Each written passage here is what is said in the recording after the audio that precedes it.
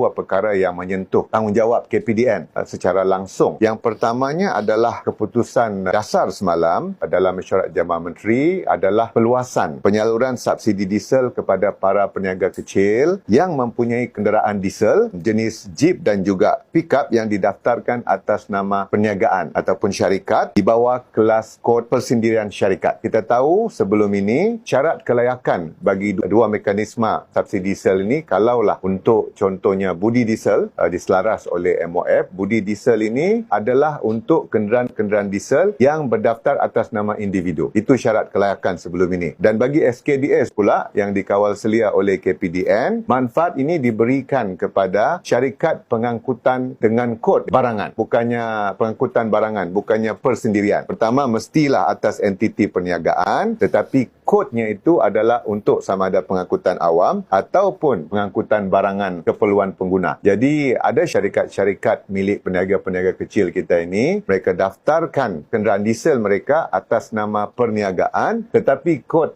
itu tujuannya itu adalah untuk kegunaan persendirian perniagaan. Jadi kalau ikut syarat yang sebelum ini, mereka yang saya sebutkan tadi peniaga kecil yang daftarkan atas nama syarikat, mungkin mudah buat loan dan sebagainya, dan atas tujuan kod tujuan itu adalah untuk kegunaan persendirian perniagaan, mereka tidak layak. Jadi semalam Kabinet telah membuat keputusan dasar diperluaskan juga kerana melihat mereka ini adalah peniaga-peniaga kecil yang perlu kita santuni. Jadi diperluaskan kepada mereka. Yang kedua, Kabinet telah membuat keputusan secara dasar untuk semakan pelarasan kota tetap kepada beberapa jenis pengangkutan kenderaan, pengangkutan barangan pengguna. Kita semak pelarasan kota tetap yang sedia ada sekarang ini dan beberapa faktor diambil kira. Pertama adalah daripada selain kita membuat penilaian sebelum ini kepada purata penggunaan mengikut jenis kenderaan yang berbeza, kalau pengangkutan barangan ini kita ada 23 jenis kenderaan yang disenaraikan, tetapi kita juga